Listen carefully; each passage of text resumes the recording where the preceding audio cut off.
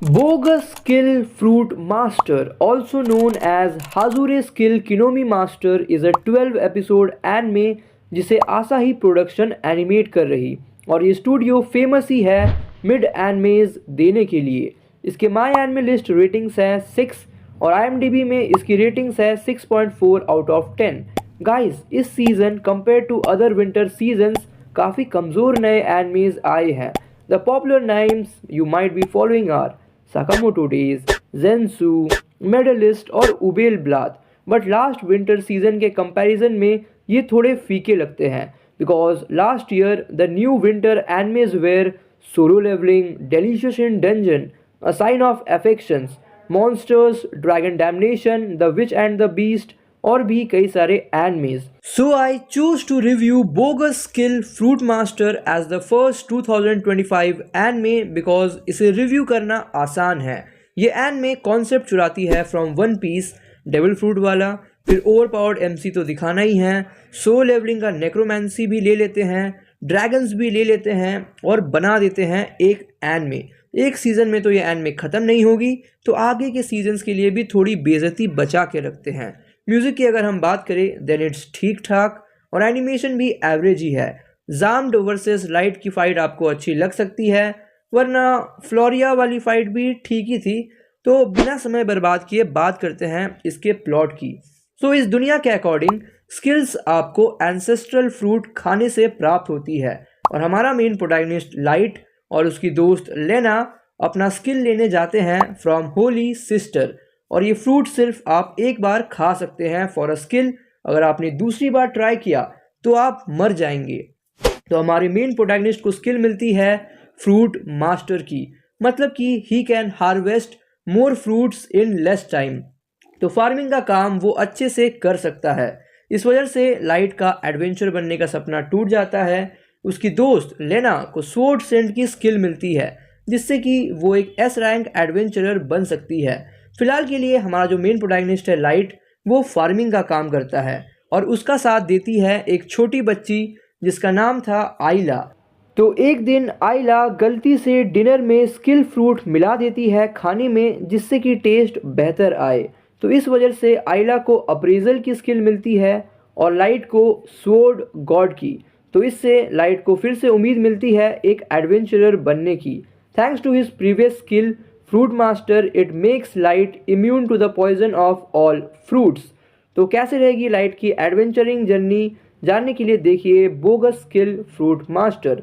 But जानने से पहले दो और recommendation, I am getting married to a girl I hate in my class और जेंसू। तो अब आते हैं ओवरऑल रिव्यू पर। नूब्स के लिए मीडियम, जनरल ऑडियंस के लिए टिपिकल, प्रो ऑडियंस के लिए बिलो एवरेज, रिव्यूअर्स के लिए एवरेज और मेरी तरफ से भी बिलो एवरेज। तो अब आते हैं सरप्राइज पैकेट पर और आज हम बात करेंगे नारुतो की फ्रॉम एपिसोड 26 टू 37 जो चुनिन एग्जाम स्टेज 2 को कवर करती है। Episode 26 was the first filler episode of Naruto, kind of like a recap जो हमें अब तक देखने को मिला है। तो अगर आप उसे स्किप कर दे तो भी चलेगा। एपिसोड 27 में से स्टेज 2 चालू होती है और आन को नारुतो को डराते हुए आपको नजर आएगी। बट तभी शियोरे हु वाज एक्चुअली ओरोचिमारू, वो आनको की कुनाई उसे वापस करती है और उसी के बाद स्टेज 2 चालू होता है। हर टीम को या तो हेवन स्क्रोल मिला होगा या फिर अर्थ स्क्रोल। अगर आपको सेकेंड स्टेज पास करना है तो 5 दिनों के अंदर टावर पहुंचो जो कि सेंटर में है और आपके पास दोनों स्क्रोल्स होने चाहिए। मतलब कि 26 टीम्स में सिर्फ 13 टीम्स ही पास कर सकती है। तो एपिसोड 27 में फुल प्लानिंग और प्लॉटिंग के साथ टीम कुरेनाई को एक एक्स्ट्रा स्क्रोल मिल जाता है और इसी बीच नारुतो के भेस में एक इम्पोस्टर आ जाता है जो कि था ओबोरो फ्रॉम आमेगा कुरे। एपिसोड 28 में सास्के वर्सेस ओबोरो हमें देखने को मिलता है और ओबोरो को बहुत अच्छे से सास्के इंजर्ड करता है और इसी बीच शियोरे टीम 7 के ऊपर अटैक कर देता है with Naruto fighting a snake somewhere else. Episode 29 में टीम 7 वर्सेस शियोरे हमें देखने को मिलता है विथ नारुतो सेविंग टीम 7 जिससे शियोरे को नारुतो के ऊपर इंटरेस्ट आ जाता है as he was using 9 tails chakra. तो वो 5 एलिमेंट सील का यूज़ करता है जिससे नारुतो उस चाकरा को यूज़ ना कर पाए। वहीं दूसरी तरफ मोजुको, इजुमु, कोतेत्सु और आनको को पता लगता है कि सियोरे जो कि एक गेनिन है फ्रॉम कुसागाकुरे इज़ डेड। तो ये देख आनको सजेस्ट करती है आनबू ब्लैक ऑप्स को बुलाने के लिए to the forest of death. Episode 30 में सास्के वर्सेस सियोरे हमें देखने को मिलता है and it was really well animated.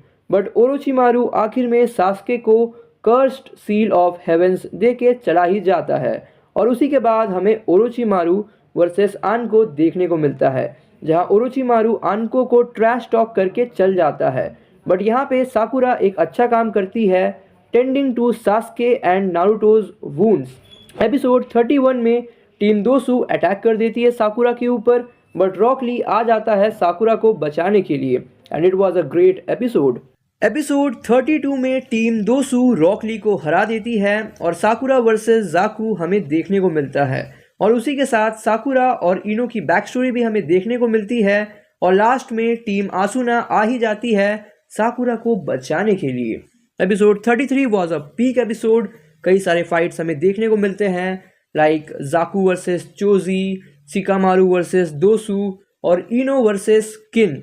But असली मज़ा तब आता है जब सासुके जाकू को अच्छे से रेलता है।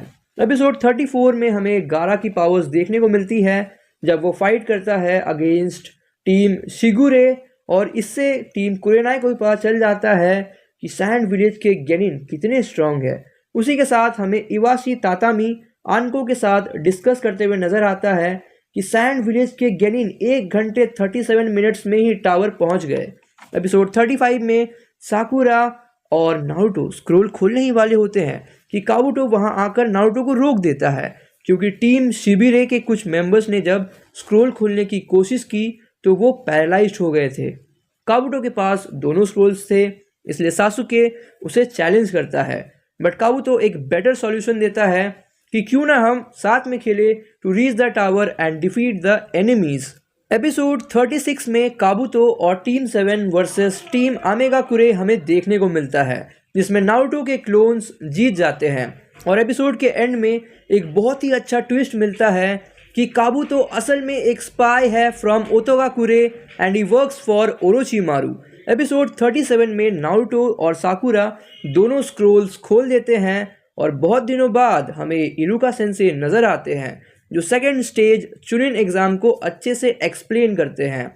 उसी के बाद third होकागे chunin exam third stage के बारे में बताते हैं और हयाते गेक्को को थर्ड स्टेज अच्छे से एक्सप्लेन करने की जिम्मेदारी देते हैं। तो इतनी ही बातें करनी थी नारुतो के ऊपर और मैंने समरी के तरह इन 12 एपिसोड को एक्सप्लेन कर दिया और इसी के साथ हम सरप्राइज पीरियड को एंड करना चाहेंगे। उम्मीद है कि आपको ये वीडियो पसंद आई हो और आपसे जल्दी मुलाकात होगी एक नए वीडियो के साथ। Till then take care and good bye.